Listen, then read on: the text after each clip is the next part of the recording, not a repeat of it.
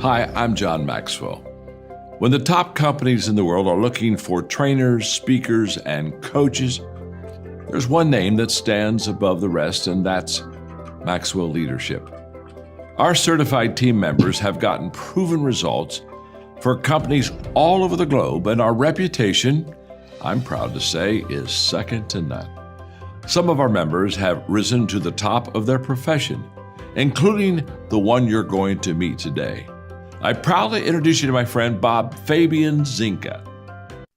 Welcome to the Leadership and Success Podcast with your host, Coach BZ, where we help you lead with purpose and succeed with impact. If you're ready to grow into the kind of leader others want to follow, this podcast is for you. If you're determined to elevate your success and leave a lasting legacy, this podcast is for you. As my mentor, Dr. John C. Maxwell reminds us, everything rises and falls on leadership. Our goal is simple: to inspire you, challenge you, and equip you with insights that can transform the trajectory of your leadership journey. Welcome aboard to another episode of the Leadership and Success Podcast with Coach BZ. I give entrepreneurs their time and capacity back. The leaders growing something extraordinary, who are still carrying every decision, every fire, every late night on their own shoulders. I spent over 20 years inside the world's biggest companies, moving billions globally, and everywhere I looked, the same truth. The gap between the strategy we talked about and the work that actually got done was where the money and the teams fell out of alignment. So I made a career out of seeing what everyone else missed, and I did it exceptionally well.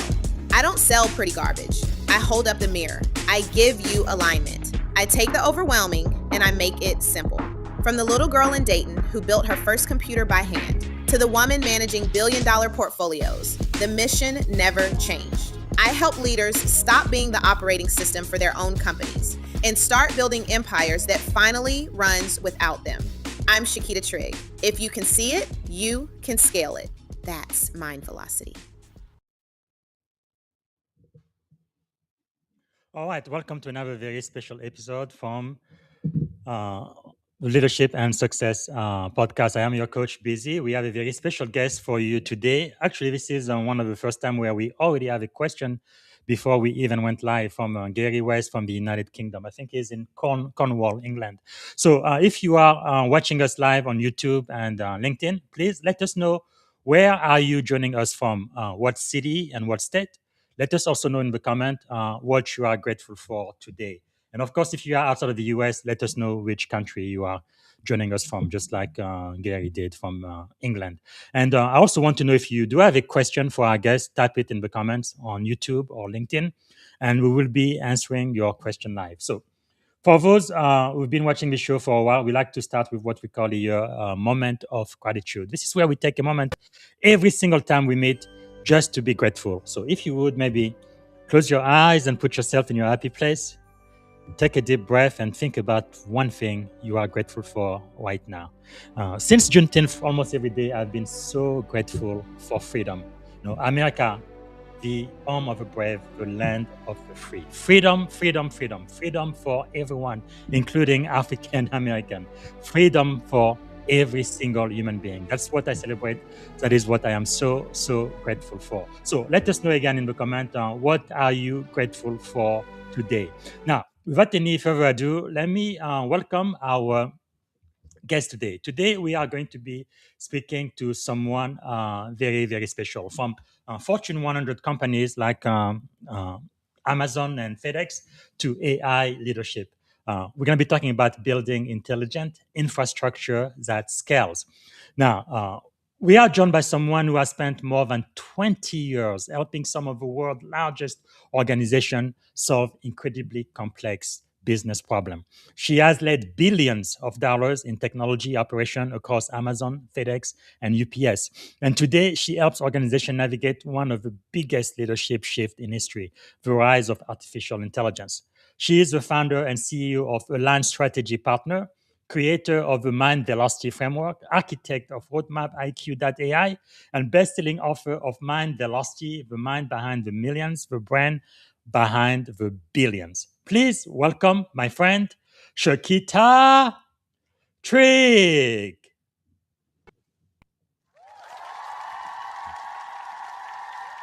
Hello, hello, Good hello. morning. How are Hi, you doing today? Coach BZ. How are you? Great, great. It's really, I'm really honored and privileged to be talking to you today.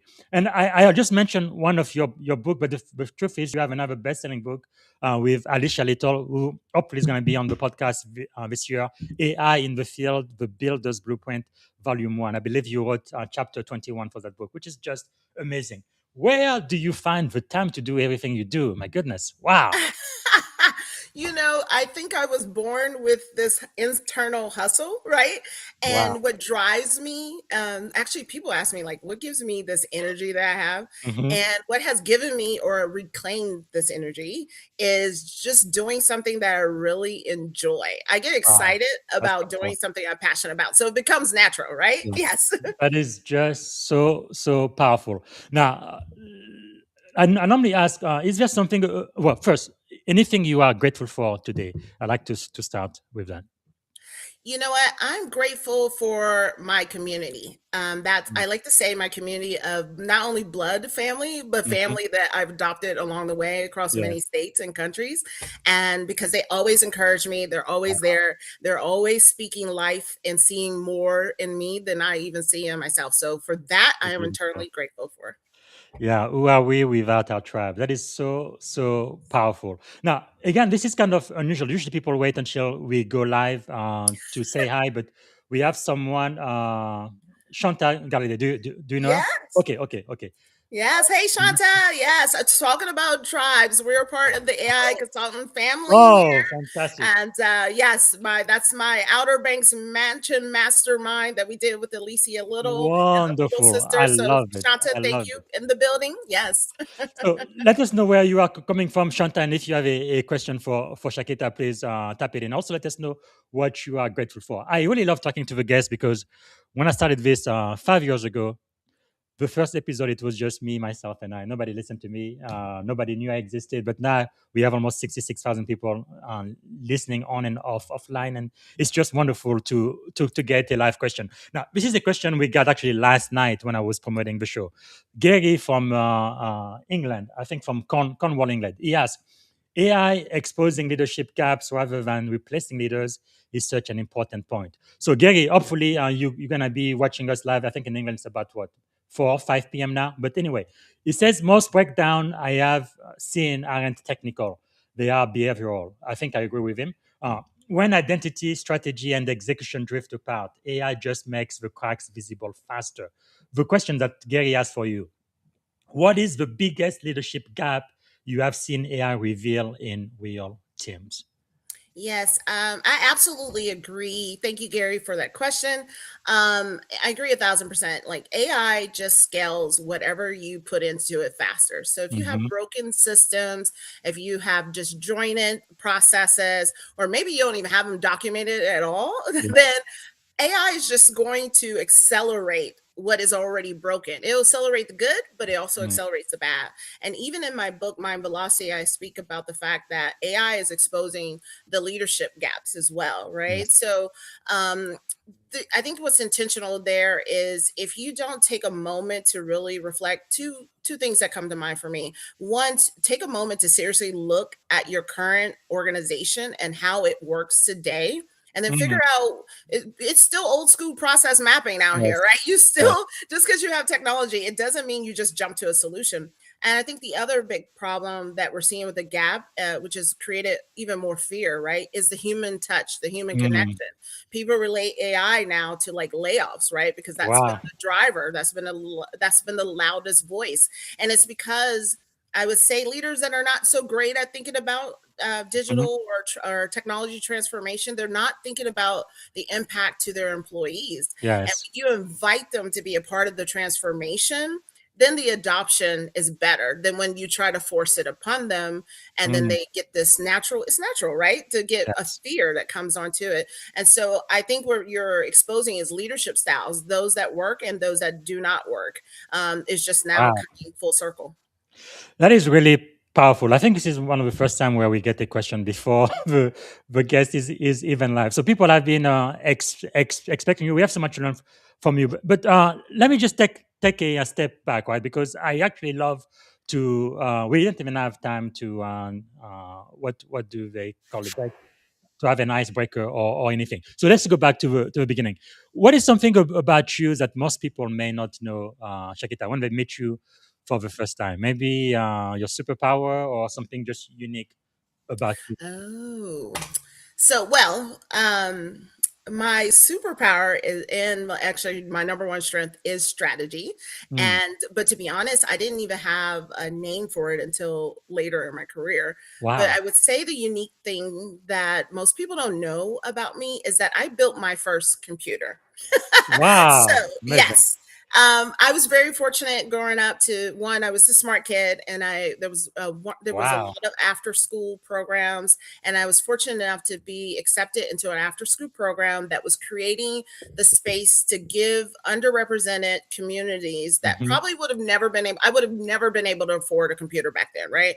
And Wow, it that's gave amazing. you the platform where we actually built the computer from scratch. I'm talking about I had That's to connect the amazing. motherboard, the Yeah. cables, and even program it to work, right? Yes. And just not to just expose my age, but Yeah, that that's was amazing. like before I graduated high school in 1997. So you can only Wow, imagine how big this thing was, right?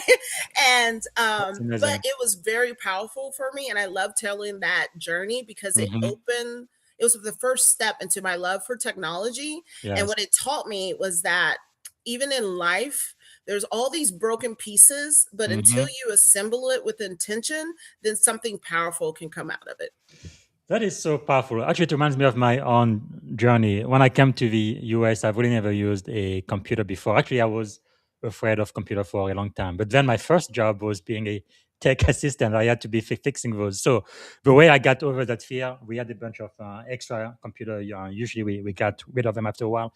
But I took a computer completely apart, every single component, like you said, the motherboard, the memory, the hard drive, everything out, and then I put it back in. And when I turned it on, it actually worked. I was like, oh, hey, I just did it. And then I was able to build my own computer. You save so much money when you order different part and assemble it Yes. yourself. It's wow, that's quite amazing. So you built your first computer at age of It was like 14, right? 14. Yes. Uh-huh. So Yes. looking back today, what did that experience really teach you about curiosity, confidence, and leadership?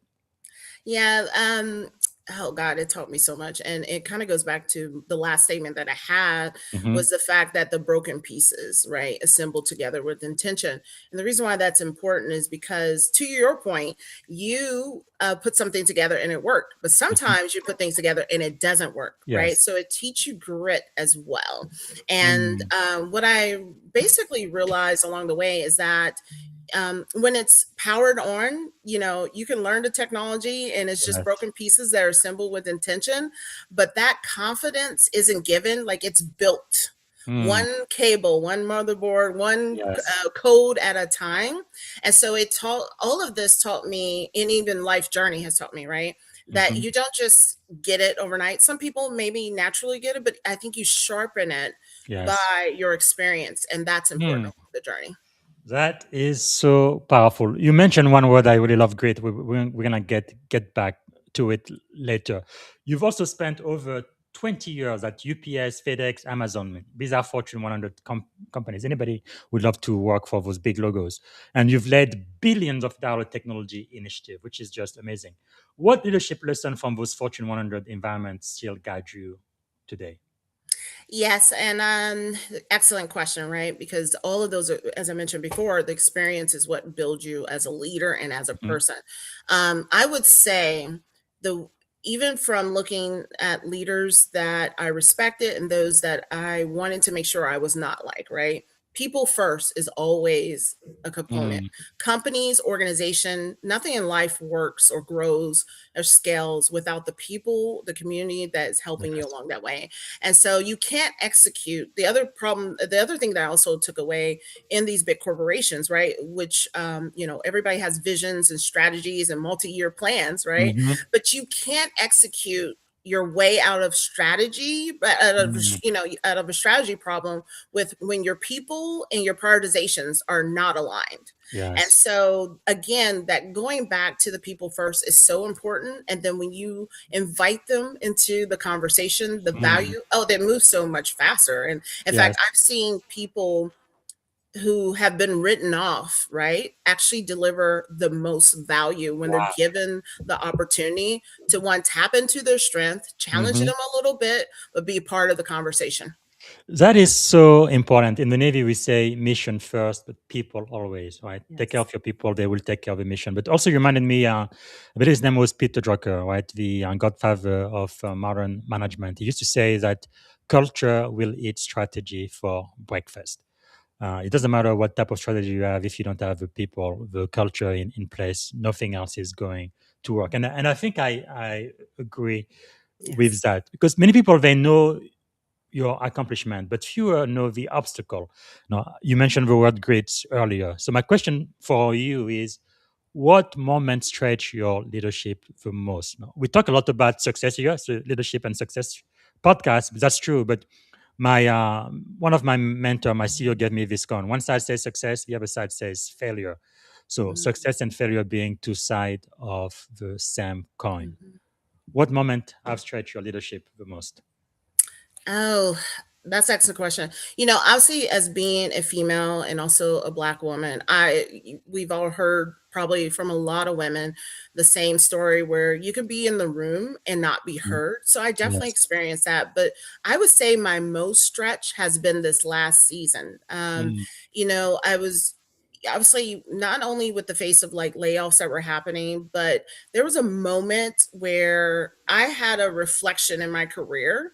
And I Mm. remember actually, I even this last year, I decided to be really intentional about my mental health, something that I had not done Yes. in the past, right? I was just going, going, going, going, but I didn't check in with me. And one of the most powerful conversations I had with my therapist at the time was she was like, I want you to open up your laptop and just act like you're kind of at work and see what that feeling was. And that very Mm. moment, I was like, I don't want to do this anymore. Like I was Yes. like, I don't want to return and go back to calls that were empty, more meetings Mm. that were not moving forward, more tools and broken systems. Frustrated teams that I wanted to help but I couldn't, and so kind of failing in the moment, Mm. actually, right? Failing it and feeling the pressure of that failure, right? Especially when your performance is on the line as well, right? Yes. It was a moment of, I like to say, I was freed into, or forced, however you want to say it, into freedom, really, right? It was a Mhm. freedom moment for me, because I think if I wasn't taking that moment to really reflect on what was like a failure moment for me, Yes. and quite frankly, if my ego was also kind of taken over, because I was like, Shakita does not fail, right? Mm. But if I hadn't taken that moment of just checking in with my mental health and having that moment at the computer, it would have not made me realize that I probably wasn't happy for the last 2 years. And Mm. I needed to be getting back into my purpose and what was exciting me. Wow. If you can take us back to that moment you just mentioned with your therapist and you have your laptop open saying how you felt at work, how did that experience affect your confidence? Oh,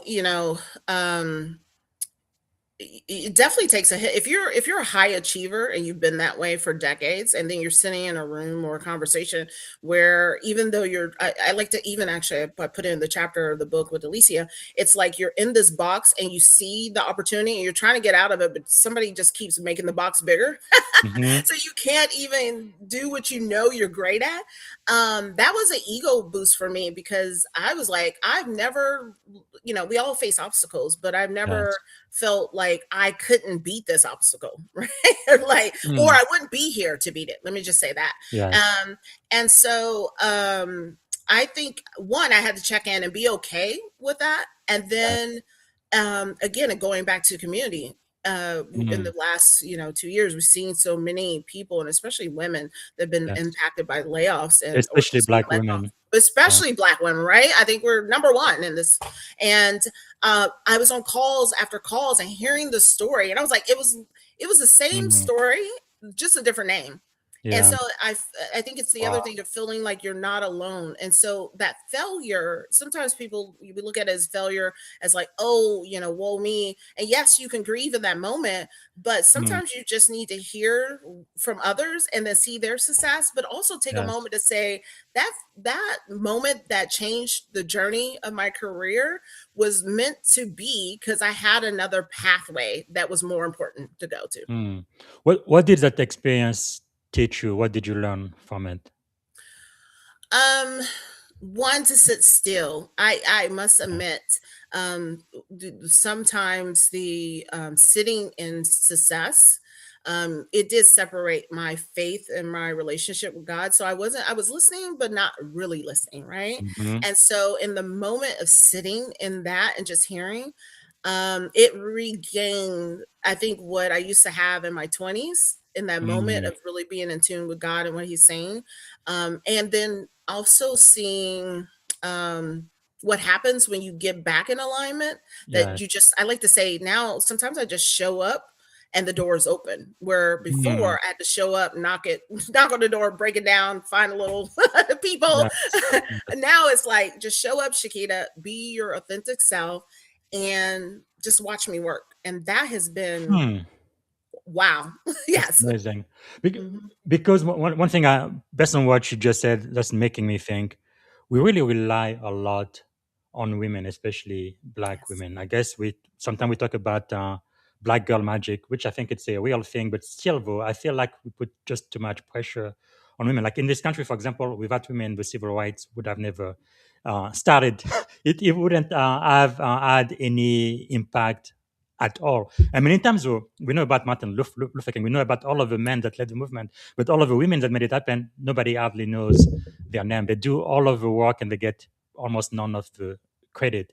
And it looks like society keeps putting that pressure, especially on black women, over and over again. Like this last election, 92% of you all voted the right way. But now the entire world, more people now are dead because of the decision that some people made during that election around the world, including the kids in Africa who won't be receiving any aid. I mean, the world has completely changed. And then again, there is shells that need, hey, you black women, go back there on the street and go march and do more and more.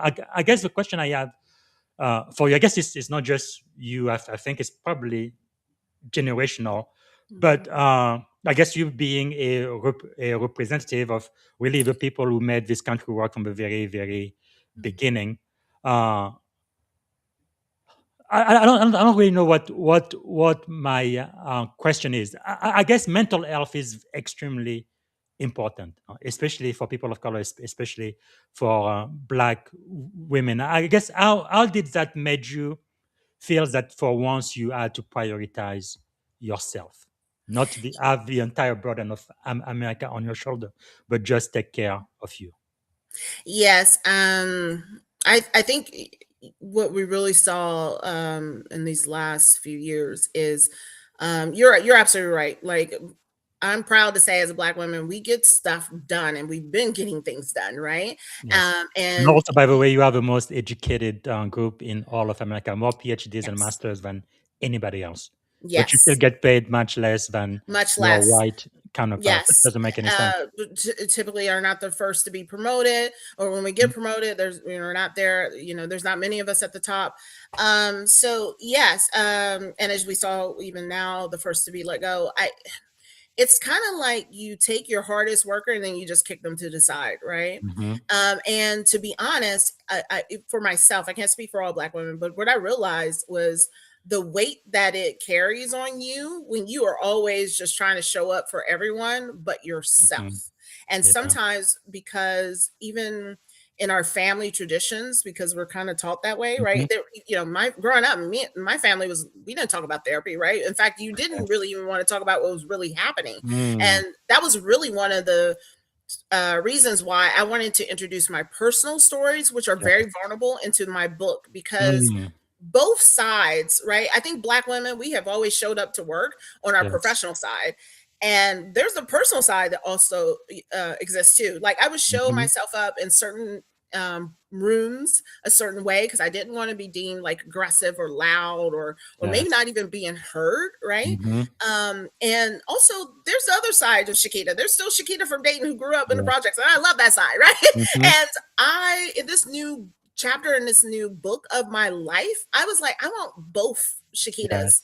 to be a part of this. And I think Mm. that's important because I don't think any other race Yes. or gender Mm-hmm. battles with that from time to Yes. time. You could kind of see it even on in all types of businesses, right? True. What that dynamic looks like. I think I even heard recently on another podcast, it was just even corporate sponsorship for Black Mm-hmm. women that have podcasts versus like other nationalities and Yes.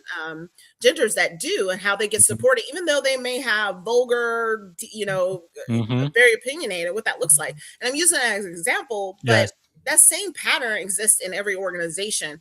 But what I love in this new era that I think is going to change is like, I like to say, take all of that you used to do for other people and do it for yourself and Mm. enjoy Like, that moment and see. yes. We need to start seeing those benefits that leave legacies. Those are the things Mm. we're never talking about, right? The legacies that Yes. we can, all that strength you put into another corporation, build your own empire, make your own money, and then leave your family with legacies that Mm. continue I to like that. shape and transform the next generation. Wow, that is so powerful. So I guess the following question I'm going to have for you is, what kind of things do you do to kind of recharge Mm. yourself when your battery is empty and just self care? Yes. So I love music. In fact, my first love of music really started with my mom, who's she's now deceased, and I Yeah. talk about that journey in the book as well.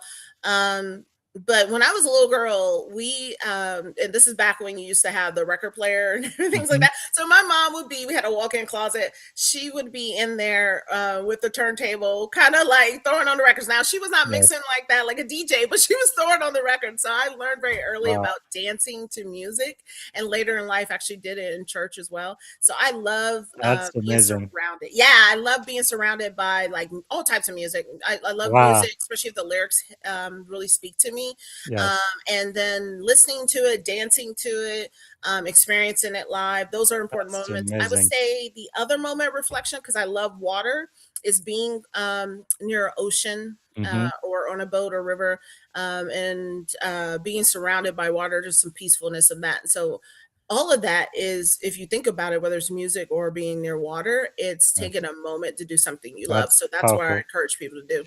If you would allow me to ask, can you swim? Oh, look, now let me just tell you, let me tell you the Because early I am story. married to a black woman. I have two black daughters. They Yes. don't like to get their hair in anywhere near the water. But anyway, Hey, that is a real thing. And you know why? Because it takes us so much time afterwards, right? Let me just tell you, my first time in the ocean, I did not like, I had never even taken a swimming lesson. And I got to blame my dad a little bit for this. So I don't know if you did this to your girls, but my dad, to train all of us kind of in swimming when we were young, he just threw us in the water. Well, yeah, I yeah, almost sink or drowned. So, swim. Yeah, I do so that. where my siblings bounced back, I almost drowned.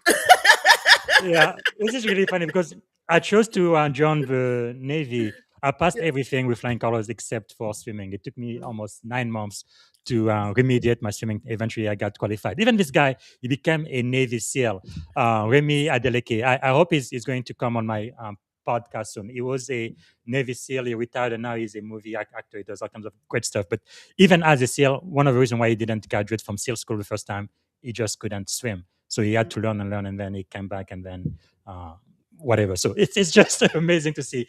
You're talking about grades. It is something. So let me ask you this then. You often say that strategy, right, and execution must stay connected. When did you first recognize that this gap, not technology itself, was the real business problem? Yeah, so again, whether you're enterprise or a company, there's the disconnect happens between the vision and what happens like on the Monday morning of reality Mhm. is, I think as leaders, sometimes we make the mistake is we have this big vision, but then we don't take the time to map it or invite other leaders to the Yes. to the conversation, or even the frontline people, right? My greatest experience early in my career, where I was fresh out of college and I was working actually for UPS, and it was new technology that we were launching. I found the greatest feedback that came from the drivers. These are very people Mm. the technology I was Yeah. launching was going to transform their entire life. And Yes. inviting them to the table, I learned so much more Wow. That's about the amazing. technology, the gaps, and things that I wasn't even going to be thinking about in the way That's that I amazing. was adopting it. So I think Bridge, that's in order to close that gap, you got to bring the vision and map it out, or bring the right leaders that can Mm. help you. Because sometimes people are big visionaries, but they may not Yes. be great at process mapping, and that's okay. That's why you bring those to the table, that those Wow. I individuals love who it. have those skills and strengths. I really love that, because even in the military, sometimes, as you get promoted, you become more and more senior.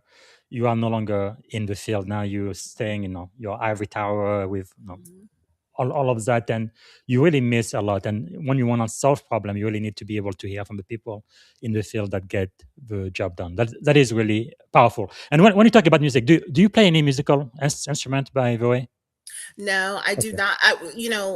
The woman who raised was like my mom's foster mother, and also Hmm. mother, and basically like my grandmother. Hmm. She sat me down when I was little and tried to teach me the piano, but back then I was just like, Yeah.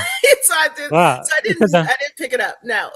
honestly, I love your sense of music, because I asked you before the show things that you like, for example, Yes. The Orphan, but also classical music Yes. as well is one of the greatest, and on and on. Just your style of music is just Yes. so eclectic and just Yes. wonderful. That's quite impressive.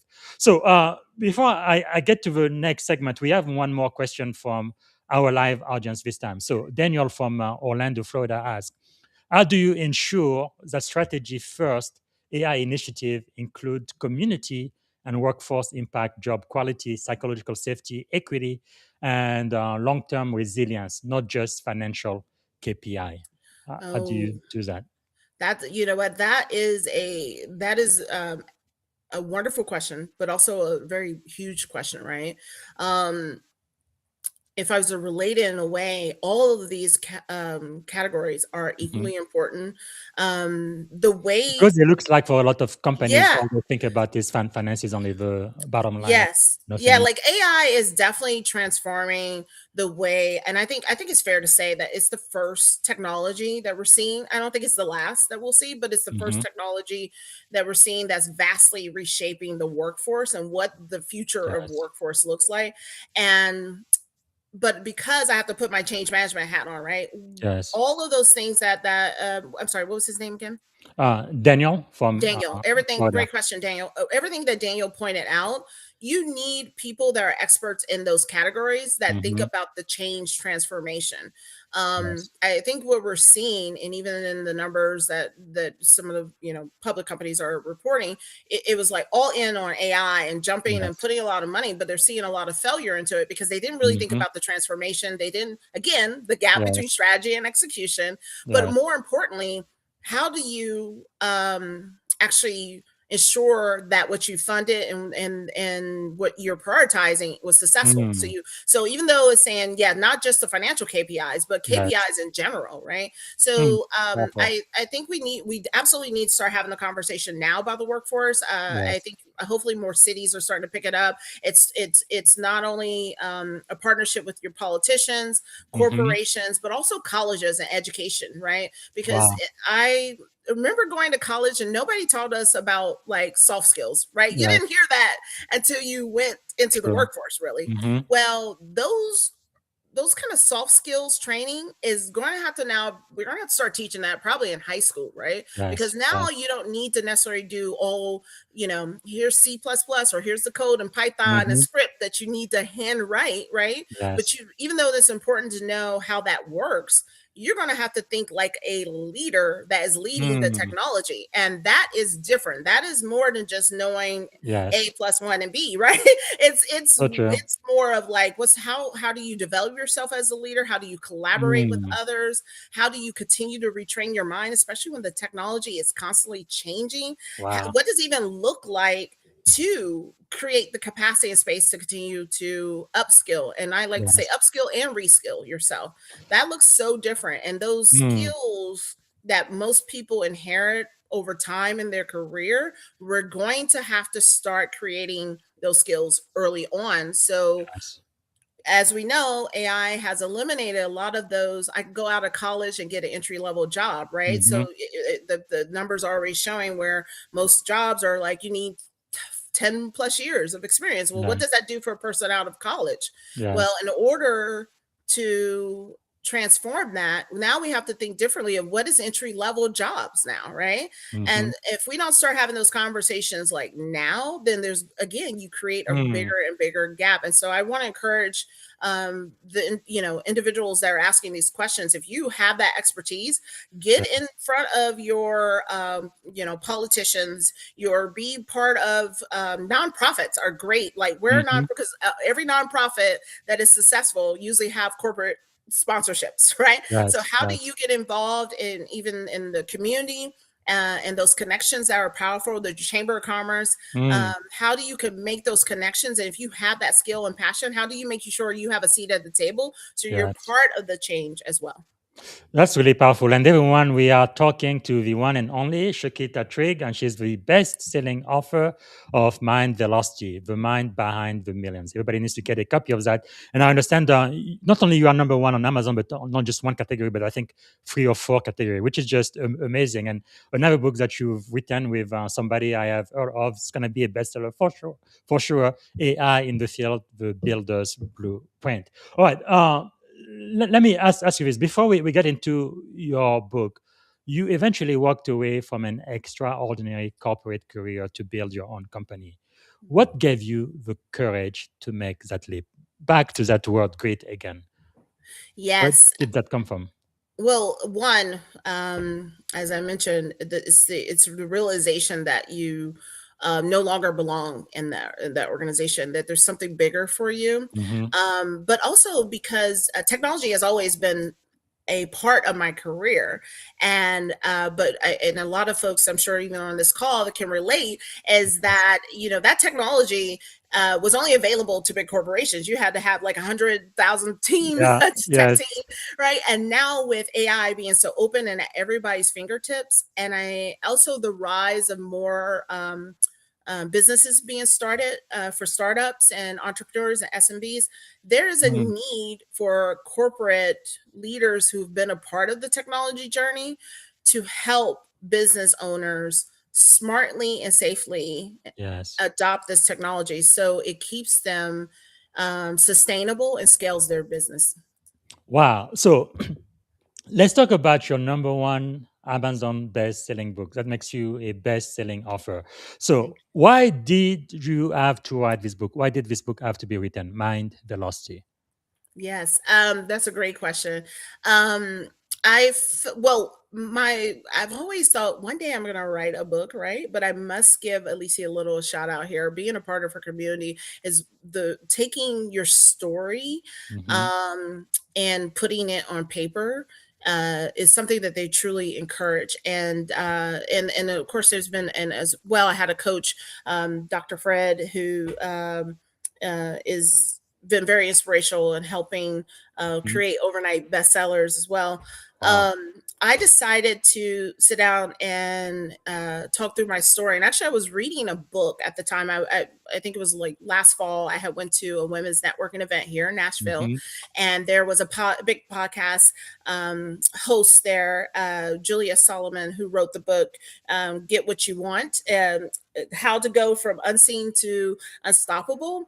Hmm. And I started to open up her book. And what I liked was here's this big podcaster, and she's being very vulnerable about her personal life. And you don't see that often, right? You see a lot of leaders, they talk about the success, but they don't really talk about the journey, even the painful journey that gets them there.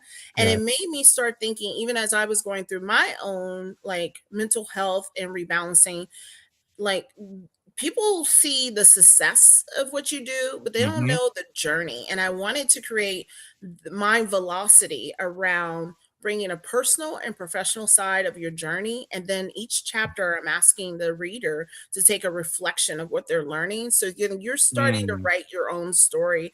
But not only that, you're starting to identify your strengths, your talent, the very things that you need to be working on in your life so you can build your own yes. empires, right?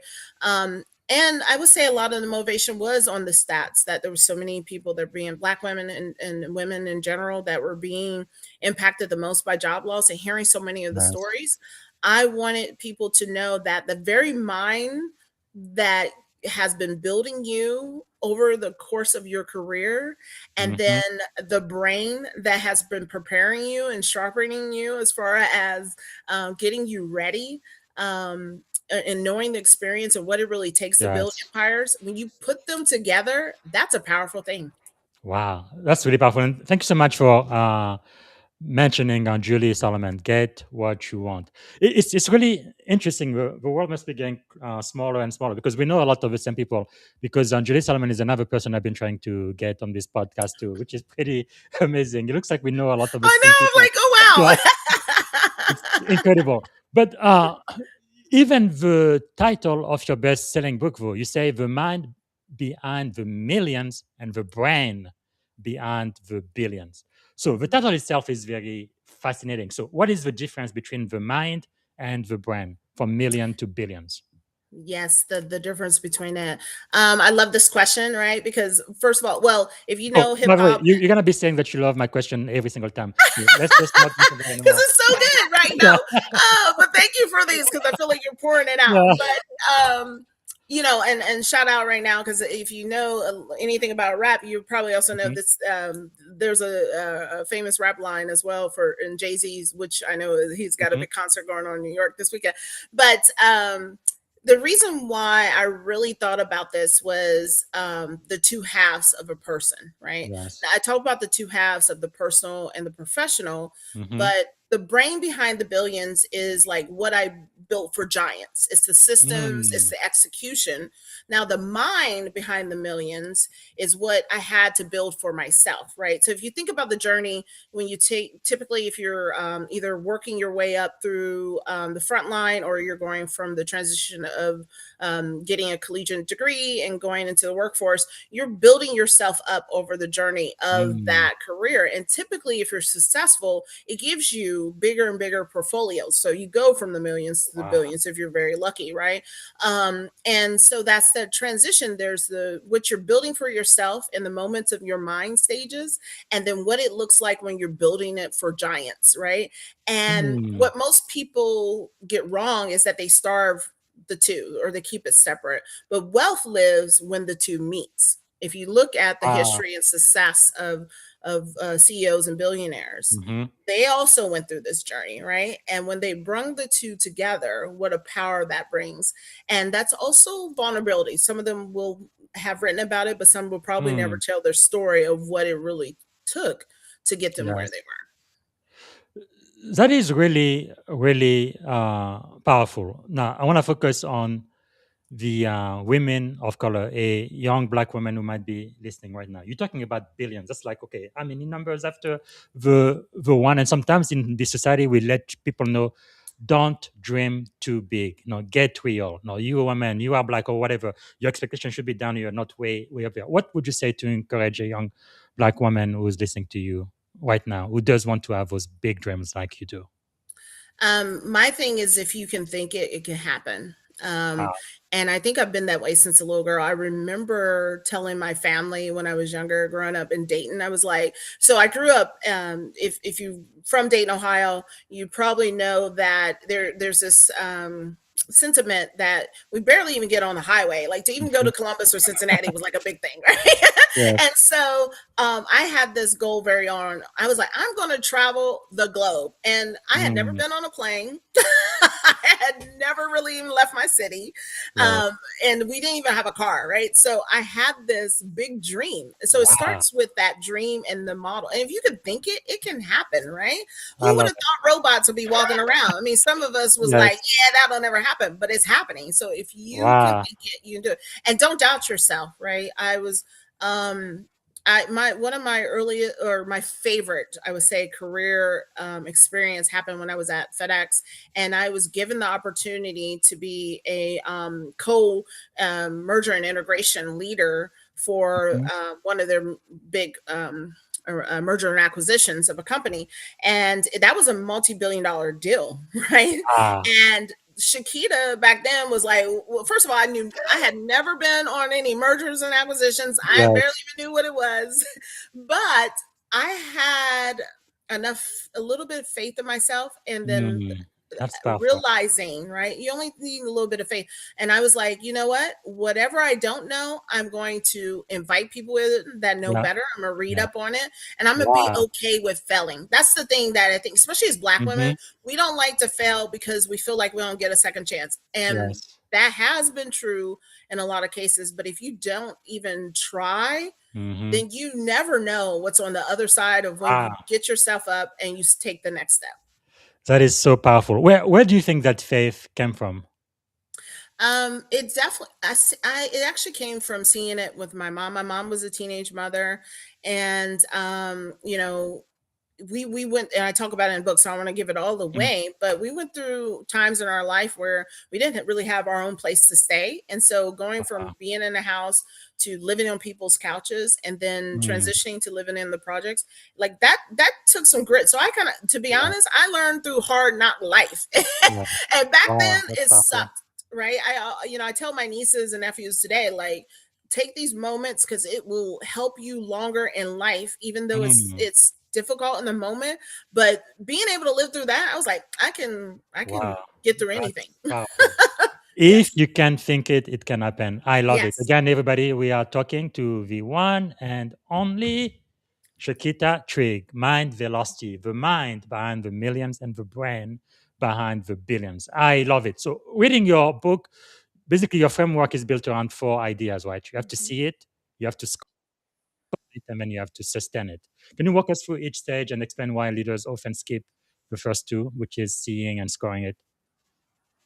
Yes.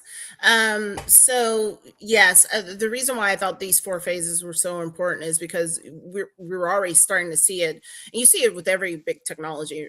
Soon as Mhm. it becomes a buzzword, everybody just jumps right into the solution, and it becomes a very costly move, right? And so Mm, I like to say, always start with see it. That means when you have to take an honest reflection. Sometimes I like to yes. tell, especially women-owned businesses, we remove the makeup and actually uncover like what is actually happening within your organization or your business. And it's no Mm, longer like the fluff of where you think your business is working. It's like the dirty yes. truth of it, because you got to Yes. start there. And then you will probably uncover some very hard truths, and you won't be able to address it all. So that's where step two comes in, where you have to score it. Hmm. So it helps you prioritize what is most important, what's going to give you the highest return on the value, what's going to set a foundation that you can build upon. And then Uh, once you have those two kind of here's the state of my business together, then you can start to scale. That's when you're mm, actually building the systems and the people that multiply you. And the reason wow. why I added the fourth layer, right? Because sometimes as consultants, we can just say, hey, we did the assessment and we gave you a Mhm. solution. But I felt like the fourth was important because technology will fail. There will be changes in the economy. Your Yes. customer base will evolve, and you have to think about what's your sustain it looks like. What's your Mm, contingency plans? What's the mechanism that you put in place to make sure you're reevaluating your business, but also that you're thinking about the what if, I like to yes. say, workflows. And so that's Continuously. where Yeah. see it, score it, scale it, and sustain it came. That's really powerful. Actually, I don't think I counted every time, but I think the last 15 minutes you mentioned the word think at least 6 times. I think your book, yeah, it's about AI, but not really. I feel like it's really about thinking. Mhm. Why do leaders need to change how they think before changing what technology they buy? Yes, because I think the reason why that is so important is the fact that technology, it executes your thinking at scale, Hmm. right? So clear thinking scales a machine, right? Or something that's very profitable. But confused thinking is a very expensive mess, right? Mhm. And there's lots of history that shows that, and it's a pattern. And it was like, Yes. it's kind of what's the old school psychology of like, if you keep doing the same thing over and over, right? Yeah. Don't It's expect insanity, different right? result. Yeah. Yes. So that's the whole reason why I called it mind velocity, because the mind sets the speed in the right direction. And the reason Yes. why velocity is important is because it guides the direction. Mm. So if you, I think as leaders, you have to have those moments of reflection. I think you see some great examples of really successful and big thought leaders that have Yes. proven this over time, and those Mhm. moments of reflecting, as well as being able, if you're not taking the moments to really think and reflect, then you're also missing the moments to see around the Yes. corners. Yes. And so again, Because not that's saying that your everything's going to strategy. be Yeah. perfect, but you have to take those moments to really plan it through, but also have a contingency plan when it isn't going to Mm. work. Powerful. Because I think your book is really good for everyone. Another catchphrase I saw that kind of stood out. You say, "Don't automate pretty garbage." I love Yes. that. What inspires that phrase, and can you share a real world example? Yeah, I love it actually came from me presenting at an AI summit. And I thought about this because AI was coming out, and you can just very easily just put a prompt in, Mm-hmm. and whatever it gave you, it looked great. But Mm. it wasn't until let's say you built an app. All right, I've seen so many people that they would use AI and they would build an app, and it would show a result, and visually, it looks great. But then when Mm. you would present it to users, or you would start to interact it, you're like, wait, that's not really the next step I wanted, or Yeah. that's not what this is supposed to say. Yes. Same thing has happened when you try to generate an image of Mm-hmm. yourself, and you're like, who's that? That don't even look like me. And I've done Yeah. that plenty of times myself, right? Sure. Kind of like the So old adage, right? Garbage in, garbage yes, out. Yeah. yes. So It's all of it's amazing. pretty garbage. And then, I think the word garbage, people think like you just throw it away. But if you're in sustainability, you Mm-hmm. can transform that garbage into Mm. something better. And Wow. so That's powerful. the pretty garbage, which picked up, and that's the reason why I trademarked the term, is because with technology, and now we're talking about AI, but yes, it Mm. can produce pretty garbage. But if you think about um making sure that you're challenging that technology, you're testing it Yes. thoroughly, and then you're okay to reshaping what comes out Mm. to each time, because you don't just build it and let it go. It's Yes. constantly, you're gonna have to go back. That is really what was the motivation and drive behind Pretty Garbage. Wow. There was a couple of chapters that kind of stood out to me. One of them was the brand you build in the dark. Mhm. How does quiet excellence prepare leaders for opportunities they cannot yet see? Yes. So this chapter comes from like something I personally lived for the years, and I'm sure it's relatable Mm. for a lot of people. It's the moment when you're building your brand in the rooms nobody is actually clapping. Yes. And Wow. so that's the most value that you can build for yourself, right? When Mm-hmm. nobody is witnessing it, it gets built in a dark. The work that you do well when no one is watching, or perhaps no Yes. one is recognizing or Mm-hmm. celebrating you, those opportunities are valuable. And I know sometimes we don't consider it, but one thing I've learned over my career is that opportunity sometimes doesn't announce itself. And Yes. so it shows up. Sometimes the door just opens fast Mm. and you I got to like that. seize it. And I feel like the people that are successful to walking in that open door and being successful on the other side of it Yeah. is the very people who've been building in the dark, because all those skills that they've made successful now comes out in the open Mm. space. That is really, really powerful. Another chapter that kind of stood out to me, we kind of talked about this a little bit earlier, but the layoff that wasn't about you. And Yes. for some of our listeners right now, they have experienced layoff the way this economy is going. But what Yeah. leadership lesson do you hope readers take from that chapter? Yes. I watched brilliant people over my career that were very instrumental in building the success for businesses, and their name was on that list, right? And what I want people to realize is that um that verdict of your layoff is not a reflection of your worth, Mm, right? The truth is, like, the system was, restructuring around economics that happens within the business world, yes. sometimes not fairly, right, as we've seen, but it's not judging your value. But it's okay to grieve it because it is a painful moment. It's a Hmm. shocking reality, but don't let that spreadsheet decision, I like to call it, write off Mm, your identity. So you weren't failing, the season was ending, yes. and you Yes. have a new season ahead. Wow, that is really, really, really powerful. Let's talk. We are already running out of time. I can't believe this. But let's talk about your second book, AI in the Yes. Field, with Alicia Little. So the chapter you wrote, I believe, was about the intelligence shift. And I understand you may have an assessment, a free assessment, the audience can go and Yeah. use right now. How AI is redefining leadership and transforming small and mid-sized businesses. So you write that organizations aren't under tooled, but they Mhm. are under organized. I really like the sense of that. Can you Yes. explain what that means? Yeah. So when I've engaged with clients, and even within corporations, you'll see this as well, is that every business probably has tons of software out there, Hmm. right? In fact, they probably have more software applications than they can even name or even realize that they're paying for. Mm, And still there are processes or workflows, or perhaps even your entire business, that is still yes. running on one person's memory, and that's an issue. Wow. and, and so buying another tool for a disorganized business is like Yes. buying a fast car with no steering wheel, right? And Well, so I love those analogies. Yes. thank you. So, that's where I really started Align Strategy Partners, because I Hmm. want to help people think about, well, what do you have today that you can keep, Yes. integrate, and build ecosystems, or I like to say, build frameworks and workflows and automation Hmm. around what you do well, but also identifying what you can eliminate so you can get that Wow. capacity back.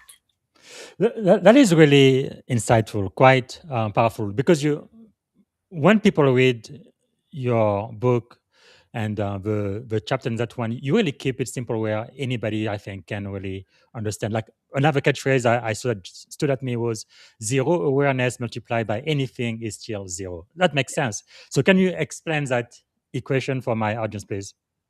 Yeah, so I talk about it, it's part of my like framework, right? Where you always start with like the awareness. Mm-hmm. So my mental model behind that is that you can't multiply your effort, your budget, your AI team by 10 if you have zero awareness of where like your real Yes. problem is, right? This goes back to what we discussed all along, is you're jumping right to a solution, but you really don't know Mm, what was the problem. And so 10 times zero, right? It's still yes. zero. So awareness is always your first number in the equation. And then when you miss like the next stages of that and you try to go straight to optimization, it's going to break. And so Mm, that's really everything that I built within my assessment, so that it is always go back to diagnosing the state of your, and then helping you prioritize, and mhm. then reassessing along the way. So there's a loop factor to it as well. Yeah, because in that chapter you also talked about your AIL framework, right? Activate intelligent logic. How Mhm. does it differ from traditional digital transformation program? Yeah, that's great. So, one of the things, you've probably seen a trend where assessment, like again, you could type a prompt in and you're like, create an assessment, and maybe it only has like 5 or 10 questions, and that's okay, right? To get people in the door, to get people thinking. But what I wanted to do with Mm, Activate Intelligent Logic was take it further, right? Again, thinking about the enterprise mindset and bringing it to mainstream yes. entrepreneurs. You would normally do a very thorough assessment across your operational tier. So my assessment actually looks at 13 operational functionalities of a business. And yes, it takes a little bit longer. It's not your 5 minute Mhm. questionnaire. It's going to make you think. But if you take 15, 30 minutes in your business, right? And a lot of time entrepreneurs, you have smaller teams. So you don't have directors and managers that can Yes. do that assessment for you. But if you, but what you needed was a tool to say, what should I look at? What questions should I ask about my Mm, business? And then what's the results? And so Activate Intelligent Logic is like, sit down for a moment, really answer these questions honestly. And then, yes, as a result of that. Oh, But then I'm going to give you your one move that will make your biggest impact, give you revenue back, help you reduce the leak, give you mhm. capacity and time back into your business by activating one move. Because sometimes you just need to start with one thing. And then once you start Yes. with that, but what Activate Intelligent Logic does in addition to that, with subscriptions, is that I can give you a 90-day blueprint of all the things that you can do. And then I've added AI agents that will give you and walk you through the solutions so you can actually Mhm. build it out on your own. So my audience can go right now to your website, which is the mindvelocity.com. I think Yes. you have a free diagnostic. That's what you're talking about, Yes. right? Yes. For Wow. everybody that's listening on your call here and podcast, you can check out you could take 15 minutes. I'm actually Mhm. giving you a free, you take the assessment for That's yourself. You'll amazing. actually get your first move right there. It's worth $7,500. They can do it for free. Yes. Themindvelocity.com. Wow, Yes. that is amazing. Yes. What is wrong with you? How come you giving it away for free? My goodness, that's amazing. Look, Wow. I have a passion. I told myself, I want to, within a year to two, I want Mhm. to be on a stage somewhere and say I help 100 businesses transform for the better. Wow. And that's a passion for mine. Yeah. And yes, I want you to think about, like, what's your first big move that you're going to Mm. take that's going to elevate your business and see the Yes. success on the other side. And yes, I'm the consultant that you want to hire to get you there faster. That is really, really wonderful. Really, thank you for everything you do and the value you add. Last question I'm going to ask you because we are absolutely running out of time. I have so many more questions for you, but you describe in that chapter the 1.4 billion acquisition that became profitable within 2 years. Wow. Looking back, what leadership behavior made that transformation successful? And I kind of alluded to the fact, right, being selected, Hmm. again, the things I was building in the dark, was recognized by some leaders, and that's Yes. how I was actually chosen. It goes back to people, and I can't state that enough. Yes. One, I had an absolutely fabulous co-partner in the merger and acquisition, and one of the things that we did was get together and kind of set the, like, what's the rules of engagement, Hmm. what's the what's the culture we wanted to create. We had 20, I think it was like 25 teams, sub teams we were managing at Yes. the time that had different structures and focus. Wow. And so we had to think about the culture, the communication, the leadership, points of escalations, of course, as well. How do we measure it? Coming together. And one of the things I did differently, because I did some research about why some mergers and acquisitions failed in the past, and they constantly said it was Mm. because of the way the larger corporation approached what would be, quote unquote, the smaller Wow. or the acquired corporation in the integration. And what I wanted to do, what I changed was my mindset to say, we purchased and went into partnership with this Hmm. company for a reason, because they had something that our company needed that will elevate Yes. our portfolio. So I went in and, like, we're not the big fish acquiring you. Hmm. We are the partnership coming together to make sure collectively we're building something that's going to be even more powerful. And the Wow. journey of that acquisition is still showing the benefits even today. That is really powerful. All good things need to come to an end. But as we end the show, I want to ask you, what can we do to add value back to you? Yes, definitely check out themindvelocity.com. Go Mhm. get the book. It's out there now. It's on paperback, hard copy, and Kindle as well. Eventually, I'll do audio. Go take the free assessment. Check out the free assessment that's on the same website.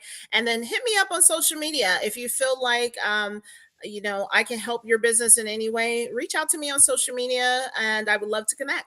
And if somebody wanted to hire you for Yes. consulting, where do they go? Yes, thank you for that. Yeah, so align with strategy partners, and just a real quick story on why I came up Mhm. with line strategy partners. The reason why I made sure partners was in there is because I wanted to make sure my clients was not another invoice. You're not an invoice. I am a partner at the seat of the table with your business, so I am equally invested in making sure your business is successful.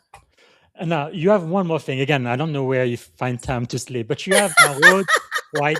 What was it called? Roadmapiq.ai. Roadmapiq.ai. Yes. Man, how many products do you have? Tell us about that, please. Yeah, so we're aligned strategy partners. We do it like for you, right? Because maybe you don't have the capacity. I Mhm. created roadmapiq.ai so that I'm providing you software products where you can kind of do it with yourself as well. Like you can do it on your Mhm. own. I wanted to activate that as well. And we also offer white label opportunities if you see in the product. So this is just the start of where we have Activate Intelligent Logic. It's also one of our products, and that is on there as well. Wow. And we also already talked about your number one best-selling book on Yes. Amazon, and everybody needs to Yes. get a copy of that. Mind Velocity, the mind behind the million and the brand behind the billions. And also, you have a best-selling book. Man, my goodness, you are so busy. AI in the field with the one and only Alicia Little, and I hope she's going to be on this podcast soon about the builder's blueprint. And this is just awesome. So as we come to the end of the show, let me ask you, probably this is one of the most important questions. If you could go back to your 17-year-old self, Mm. what would you say to Alicia? I mean, sorry, to Shakira at 17-year-old, because now not only you very successful, you have your own consulting firm, you've worked for Fortune 100 Mhm. companies, have budget over $1 billion, and you've also got to meet the first lady of the United States of America, and number one best-selling book on Amazon in 3 or 4 categories. I mean, it's just amazing everything you've accomplished now. What would you say to that little girl at 17 years old, knowing Um, what you know today? I would probably tell her you were right to dream and you Mm. wasn't even dreaming big enough. Wow. Dream bigger. I love that. I love that. Now, I know we are out of time. Can I keep you for a couple more minutes and we can do? Yes, you can. You Okay. can. Yes. This is going to be really, really quick, right? I want you, first thing that comes out of your mind, that's what I want to hear. Lightning round. So, Okay. what is one AI tool every leader should learn this year? One tool. Oh, Claude Cowork and how it integrates with Claude Code. Okay. What is the biggest AI myth people need to know? That is plug and play when it's really hire and manage. Okay, one leadership habit you never compromise on. You will do no matter what. Truth telling, even when it costs me. Okay, what is the best career advice you've ever received? Oh, you will fail your way to success, and that's okay because all you need is someone that will believe in you until you believe in yourself. Okay, what is a favorite leadership book beside your own? Oh, I talked about it before. The get what you want, and it was one of the inspirations around me and writing my book as well. Julie Solomon. Yes. Fantastic. I think part of the reason why I do this, I am a little bit selfish. I need to know what is the next book I need to read. So thank you. What is the biggest lesson Amazon taught you? Oh, that the having the right team members really empower you as a leader. Mhm. What is the biggest lesson failure that taught you? I talk about it in the book, but actually, my biggest failure was when I lost my full ride scholarship when I was Mm. at the Ohio State University, and it taught me that a setback is only the end if you close the book. Wow, that is powerful. Remind me of Dr. Willie Jolly, right? Setback is a setup for a comeback. Yes, Man, yes. what does success mean to you today? Oh, capacity. It's Wow. owning my time, my voice, and not sacrificing any part of me for it. Okay. If you could have dinner with one leader, normally I ask three, but let's just do one. Oh yeah, Living or historical, who would it be? Oprah, Oprah, Oprah. Oprah Winfrey. All right. I'm hoping one look help, but everybody help me become a bestseller. Throw it in Oprah's inbox so she That's can right. interview me. I've been wanting that. That's She's what the little girl's been wanting for a long time. Yes, yes, Oprah, if you are listening, because she still does the podcast. She doesn't have the Oprah show anymore, Yes, but still go. yes, If yes. she selects your book, you are going to become a millionaire overnight. So let's speak it into your future. Oprah, if you're listening, please. Okay, finish the sentence. Leadership is. Um, Leadership is seeing what others miss and building Hmm. people who outlast you. Okay, I'm going to end with my go segment. Yes. G is for go, for goals. So, what bold goal are you pursuing over the next 5 years?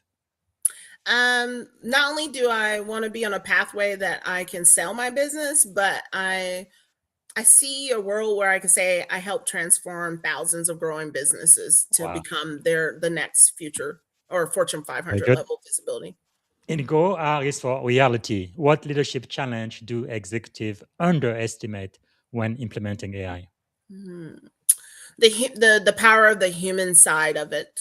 Mm. You can budget software, but if you forget the people, that fear replacement, it stagnates the initiative and the adoption. And if you lead the emotions before the implementation, it will fail.